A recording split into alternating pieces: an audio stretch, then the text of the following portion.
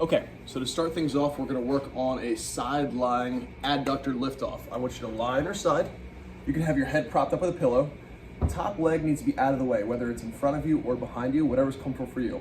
Next we're gonna do is we're gonna try to lift off the bottom leg and focus on pulling up the inside of your foot towards the ceiling, then down slow.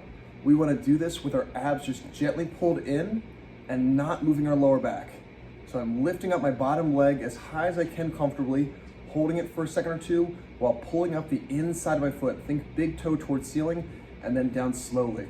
Let's try to do that for 2 sets of 8 repetitions. You can do it on both sides. Next exercise we're gonna work on is working on getting into the back of the hip. So I'm gonna take 2 small weights just to demonstrate. You don't have to do this with weights quite yet. I'm also gonna elevate the camera a little so you can see a little better. So I have 2 small weights in my hand. I'm gonna take a staggered stance. So 1 foot in front of the next, both feet straight and flat. The front foot is straight and flat. The back foot, the heel is up gently. I'm gonna hold onto the weights in front of me and I'm gonna push my hips straight back, okay? Make sure the hip doesn't jut off to the side. Make sure the lower back doesn't arch. All we're focused on doing here is trying to push those hips straight back. So I push my hips straight back and then forward, okay?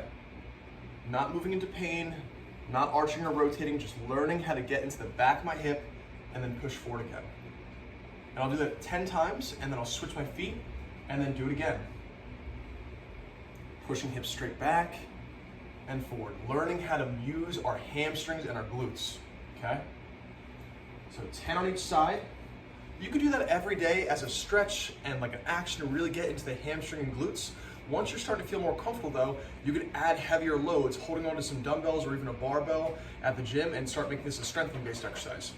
The next thing we're gonna do is I want you to put some ankle weights on your wrists or take the cuff from a cable station and put it on your wrist with very light weight, 2 pounds, 5 pounds or so.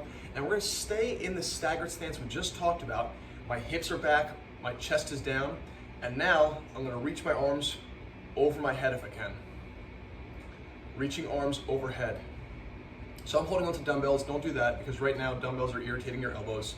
If you hold on to ankle weights around your wrists, it will take the grip strength out of the equation, which should decrease your elbow pain and give you an opportunity to strengthen up the back of your shoulder so that we can relieve tension off those common extensors in your elbows.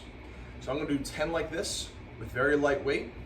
Switch my legs, give myself rest for a minute or so, and then do the same thing. Hips are back, chest is down, abs drawn in, arms going up into a kind of Y shape. Nice and slow and controlled, not moving into pain.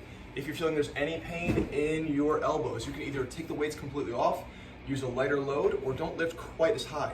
We wanna make sure that when we're lifting up, we're not pulling back our wrists. Our wrists should stay straight the entire time. Give these 3 exercises a try each day and let me know how it goes.